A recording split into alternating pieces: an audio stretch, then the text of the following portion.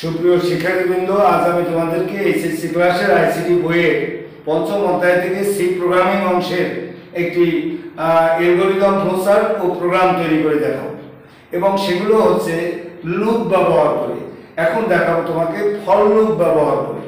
তো for loop ব্যবহার করে এর আগেও আমি ভিডিও করেছি, সেটি এক ধরনের। আজকের এখন যে ভিডিও দেখাবো সেটি হচ্ছে ভিন্ন ধরনের। দেখো, তাহলে প্রশ্ন হচ্ছে ফর লুপ ব্যবহার করে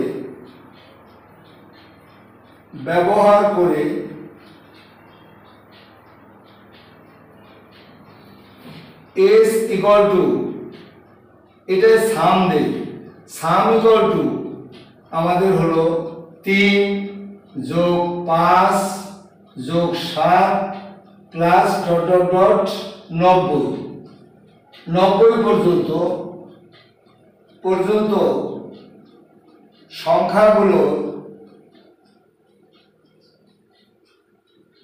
যোগফল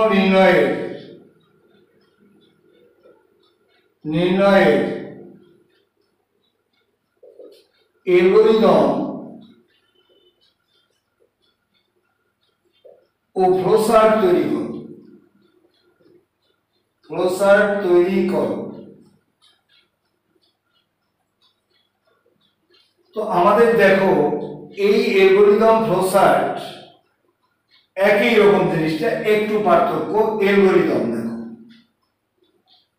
অ্যালগরিদম প্রথম ধাপে অ্যালগরিদম প্রত্যেকটা ভিডিওতেই আমি বলেছি অ্যালগরিদমটা কি, কোনো একটা সমস্যার সমাধান করার জন্য সেই সমস্যাটাকে যুক্তি এবং পরিকল্পনার মাধ্যমে ধাপে ধাপে সম্পন্ন করাকে আমরা বলে থাকি অ্যালগরিদম।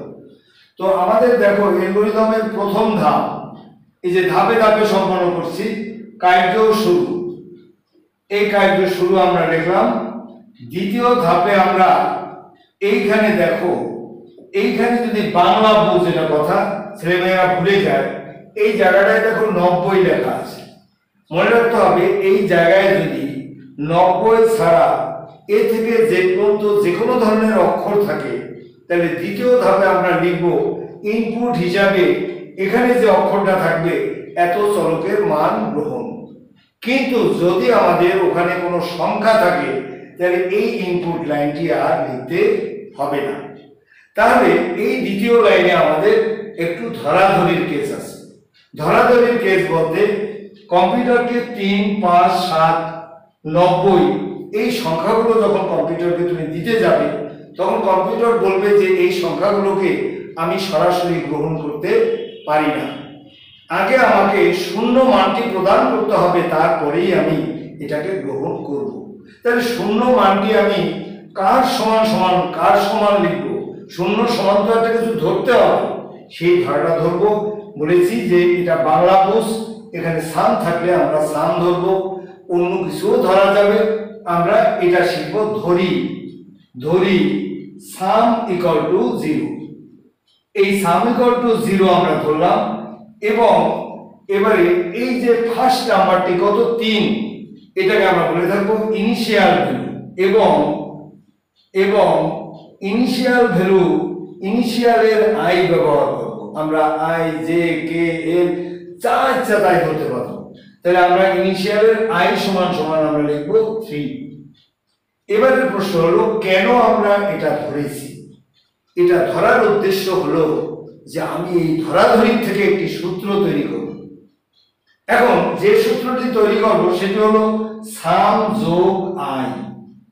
এই সামের সাথে আই যোগ করেছি, এইটা সমান আমরা কি লিখব, এইখানে একটু মনে রাখতে হবে, এটা সমান তোমরা সামেই ধরবে।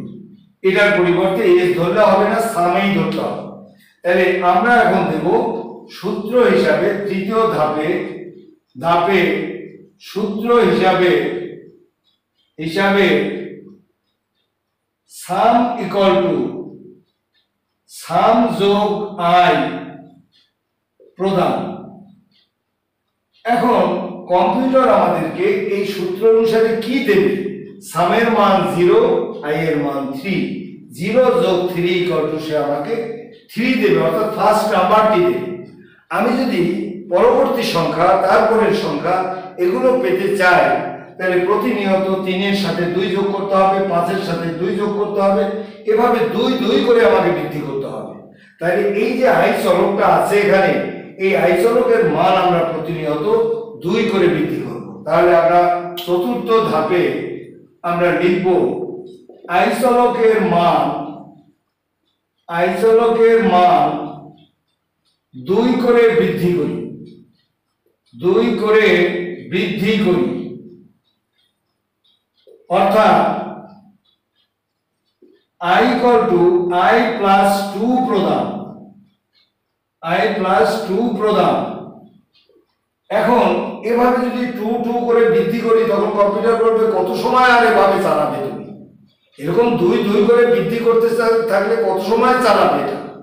তখন বলবো যে একটি শর্ত তোমাকে আমি দেব, সেই শর্তকে যদি তুমি মানো তাহলে আর বারবার এটা করতে হবে না। তাহলে আমরা এখন পঞ্চম ধাপে আমরা এখন শর্ত দেব, যদি i less or equal 90 হয়, তাহলে কি হচ্ছে, এটার অর্থটা কি, i এর মান, অর্থাৎ এই মানগুলোই হলো i এর মান, প্রত্যেকটা i এর মান যদি 90 এর চেয়ে ছোট হয় বা 90 এর সমান হয়, তাহলে আমাদের এই যোগফলটি তৈরি করা সম্ভব।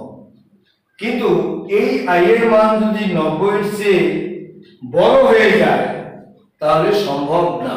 তাহলে আরেকবার শোনো, এই i এর মান 90 এর চেয়ে যত সময় ছোট হয় অর্থাৎ বড় না হয়, বইয়ের মধ্যে এত স্পষ্ট কথা লেখা নেই, i এর মান 90 এর চেয়ে যত সময় ছোট থাকবে বা সমান থাকবে অর্থাৎ বড় না হবে তত সময় আমরা যোগফল পাবো, এত হয়, তাহলে যোগফল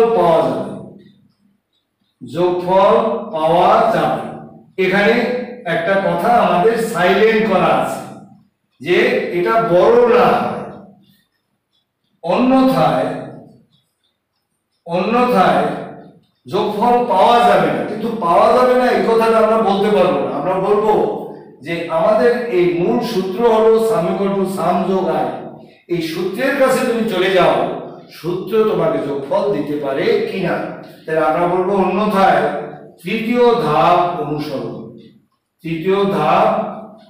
অনুসরণ। এবারে ষষ্ঠ ধাপে আমরা কার্য শেষ করব, এ হচ্ছে আমাদের অ্যালগরিদম। আমরা এটার উপরে ভিত্তি করে এখন ফ্লোচার্ট তৈরি করব। এবারে দেখো, ফ্লোচার্ট হলো এই অ্যালগরিদমকে যদি আমরা চিত্র দিয়ে প্রকাশ করি তখন তাকে আমরা বলে থাকবো ফ্লোচার্ট। তো দেখো এখন ফ্লোচার্টে প্রথমে হলো কার্য শুরু, এই স্টার্ট। এবারে দ্বিতীয় ধাপে আমাদের বলেছে ইনপুট নেই, ধরাধরি আগে। এই ধরাধরির জন্য আমাদের ব্যবহার করতে হবে আয়তক্ষেত্র। প্রশ্ন হলো কেন? এই ধরাধরির মান থেকে একটি সূত্র তৈরি হয়, এই সূত্র আমাদের আয়তক্ষেত্র হয়, কারণ সূত্র হলো প্রসেসিং। এই প্রসেসিং যদি আয়তক্ষেত্র পেতে পারে তাহলে ওই সূত্র ধরাধরির কেসটিও আয়তক্ষেত্র পেতে পারবে। তাহলে আমরা এখানে একটি আয়তক্ষেত্র আঁকছি, দেখো আমাদের হচ্ছে s সাম ইকুয়াল টু হচ্ছে আমাদের 0 এবং i ইকুয়াল টু হচ্ছে আমাদের 3। এবারে এই ধরাধরির থেকে আমরা সূত্র তৈরি করব। এই সূত্র তৈরি করলে আমাদের এটা হচ্ছে সাম ইকুয়াল টু সাম যোগ i। এবারে হলো এই সূত্র আমাদের দেয় 0 যোগ 3 ইকুয়াল টু হচ্ছে 3। আমাদের 5 পেতে হলে চলকের মান 2 করে বৃদ্ধি করতে হবে।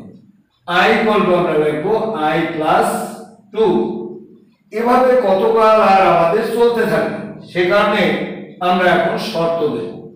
এখানে আমরা শর্ত দিচ্ছি, দেখো, if i less or equal 90 what, এটা দিয়ে এই দিকে দিকে আমরা দেব নো, অর্থাৎ i এর মান 90 এর চেয়ে বড় না হয় তাহলে আমরা এখানে ফল পাবো। এখন এখানে দেব আউটপুট সাম, আমি সাম চাই, এই যে সাম, এই সামটা চাই। এবারে আমাদের কার্য শেষ, এই এন্ড। আর যদি এটা ইয়েস হয় আমরা এবারে বলবো, যদি এর চেয়ে বড় হয়ে যায় তাহলে এই ধাপের কাছে তুমি চলে যাও, এই ধাপের এখানে গিয়ে তুমি বোঝো এ তোমাকে নিচের থেকে এভাবে সে দিতে পারে কিনা। সকলকে অনেক ধন্যবাদ। আমার এই অ্যালগরিদম প্রচার ভালো লাগলে এটাকে লাইক এবং সাবস্ক্রাইব করবে।